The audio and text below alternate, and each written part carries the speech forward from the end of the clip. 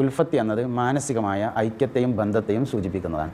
മുഹമ്മദ് നബി സല്ലല്ലാഹു അലൈഹി വസല്ലം തങ്ങളുടെ അധ്യാപനങ്ങൾക്കിടയിൽ ഉൽഫത്ത് എന്ന ഒരു വാക്ക് കാണാം. ഉൽഫത്ത് എന്നത് നമ്മുടെ നിക്കാഹിൻ്റെയൊക്കെ സദസ്സിൽ ചെന്നാൽ ഖത്തീബ് നിക്കാഹ് കഴിഞ്ഞതിന് ശേഷം ഒരു ദുആ നടത്തും. അല്ലാഹുമ്മ അല്ലിഫ് ബൈന ഹാദൈനി സൗജൈനി കമാ അല്ലഫ്ത ബൈന ആദമ വ ഹവ്വ. ആദം നബിയുടെയും ഹവ്വ ബീവിയുടെയും ഇടയിൽ ഉൽഫത്ത് ഉണ്ടാക്കിയതുപോലെ ഈ ഭാര്യ ഭർത്താക്കന്മാർക്കിടയിൽ അള്ളാഹുവെ നീ ഉൽഫത്ത് ഉണ്ടാക്കണമേ. ഉൽഫത്ത് എന്ന് പറയുന്നതാണ് സൈക്കോളജിയിൽ റാപ്പോ എന്ന് പറയുന്ന ബന്ധം.